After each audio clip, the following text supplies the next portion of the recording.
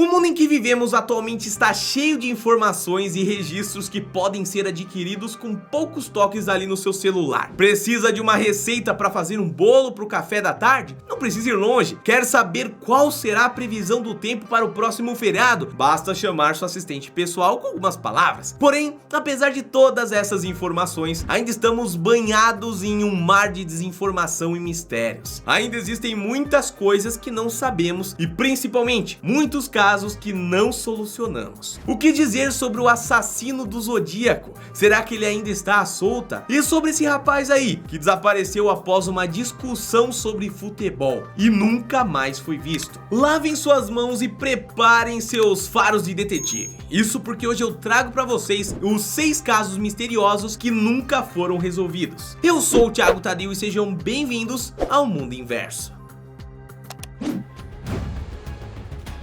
Assassino do Zodíaco.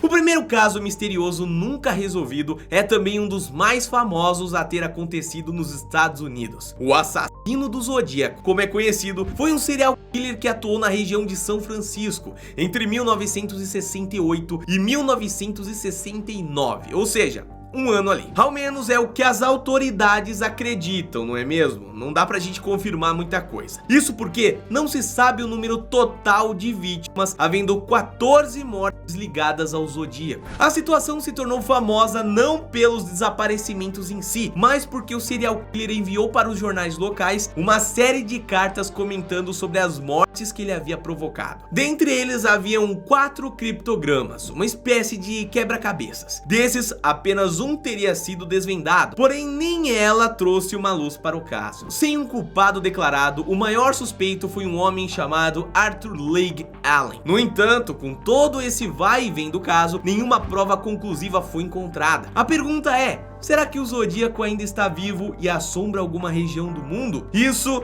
nós ainda não podemos dizer. O sumiço de Arthur. Arthur Pasquale era um jovem brasileiro de 19 anos quando partiu para o Peru em busca de um sonho: viajar pelo mundo. Sua ideia inicial era apenas fazer um mochilão de poucas semanas pelo país, mas o encanto fez com que ele ficasse um pouco mais. Coisa normal, não é mesmo? Você chega em um local, gosta ali da região, acaba ficando um pouco mais. O que aconteceu a seguir foi o início de um caso misterioso nunca solucionado. Em dezembro de 2012, Arthur mandou uma última mensagem para sua família, dizendo que estava no distrito de Santa Teresa e que estava bem. O contato do jovem acontece no dia 21 de dezembro e no Natal foi sentida sua falta. Isso porque Arthur nunca mais voltaria a falar com a família. Desesperado, os pais recorreram a todos os meios de encontrar o seu filho perdido, desde entrar em contato com as autoridades brasileiras e peruanas até realizar uma busca por meios particulares, coisa que qualquer pai faria, não é mesmo? Afinal de contas, seu filho não está mais em contato, o que você vai fazer? Imagina só o desespero, meus queridos. O problema é que a região de Santa Teresa é tomada pelo tráfico de drogas e a população local não costuma falar sobre o assunto. O pai do jovem, Vanderlan Vieira, chegou até a relatar à BBC que em determinado momento ficou sem comer por uma semana, isso após o encontro que deu errado com uma testemunha. Uma mulher disse que iria falar sobre o desaparecimento, mas quando Vanderlan chegou ao local, encontrou a testemunha sem vida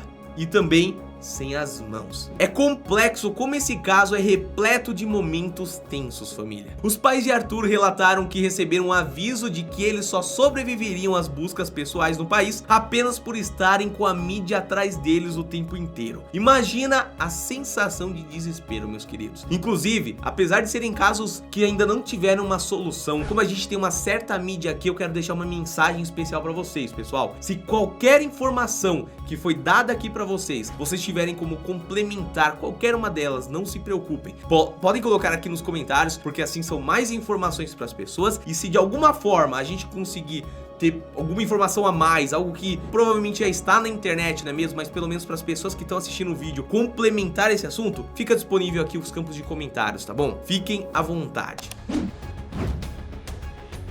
Desaparecimento das crianças Sodder.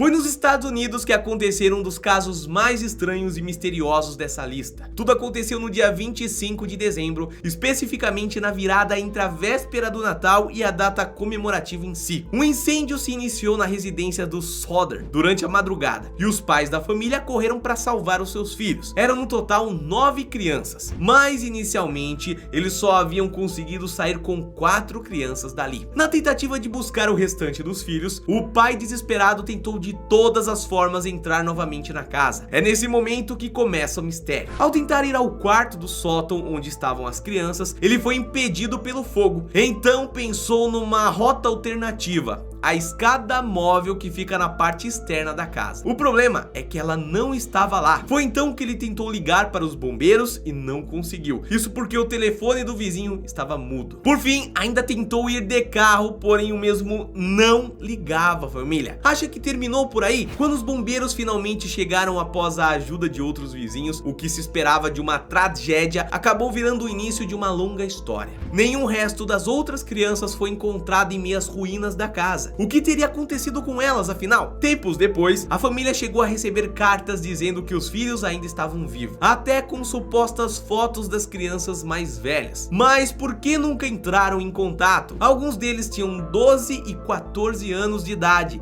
o suficiente seria ali para lembrar de tudo, né? No fim, após 75 anos, o caso ainda permanece não resolvido. Incidente da passagem de Dyatlov.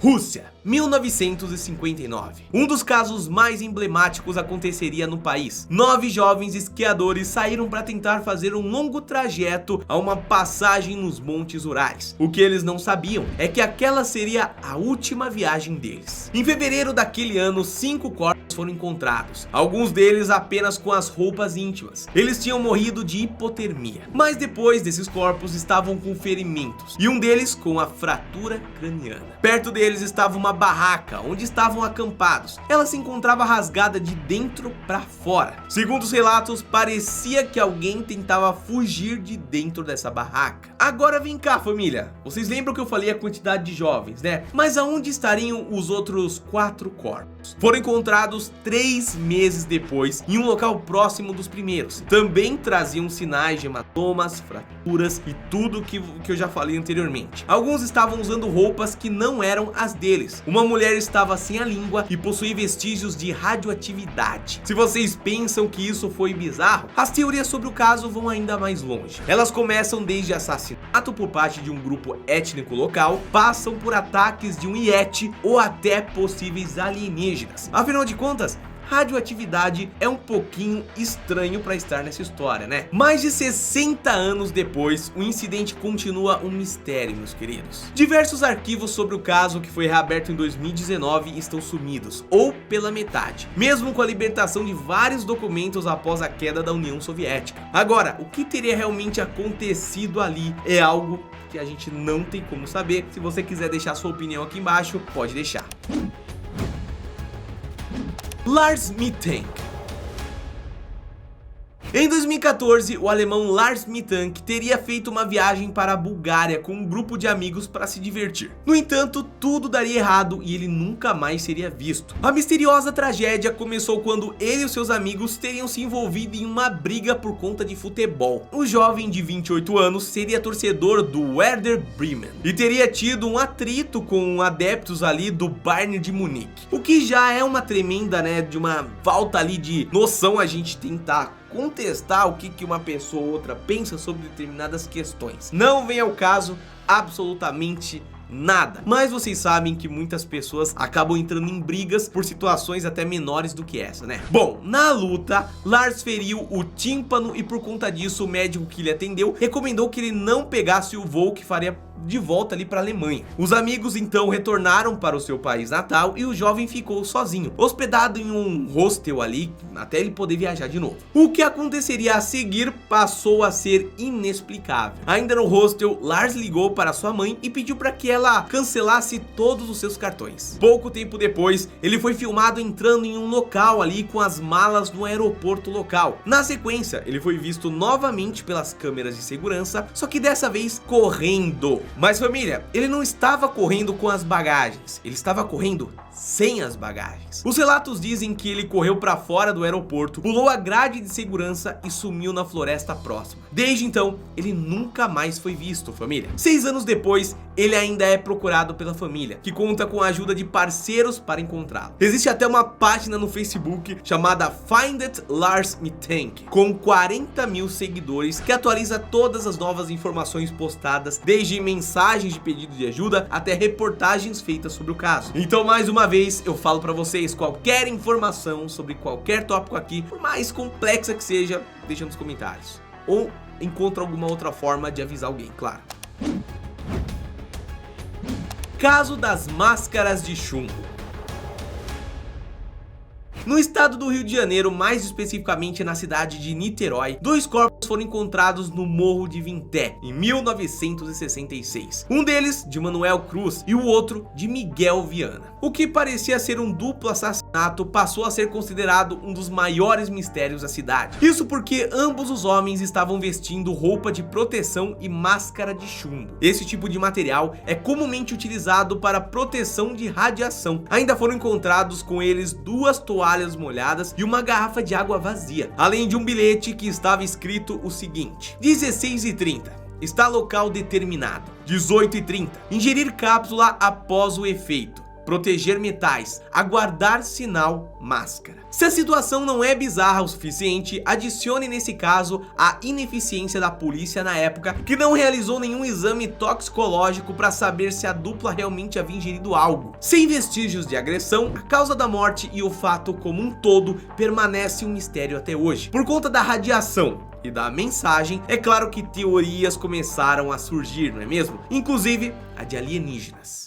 Bom família, o vídeo de hoje vai ficando por aqui, eu espero que você tenha gostado. Não esquece de deixar o seu like, não esquece também de verificar se o seu sininho tá ativo no canal, porque você não vai querer perder nenhum vídeo, eu tenho certeza, viu? A gente se vê no próximo vídeo então. Um abraço e até a próxima.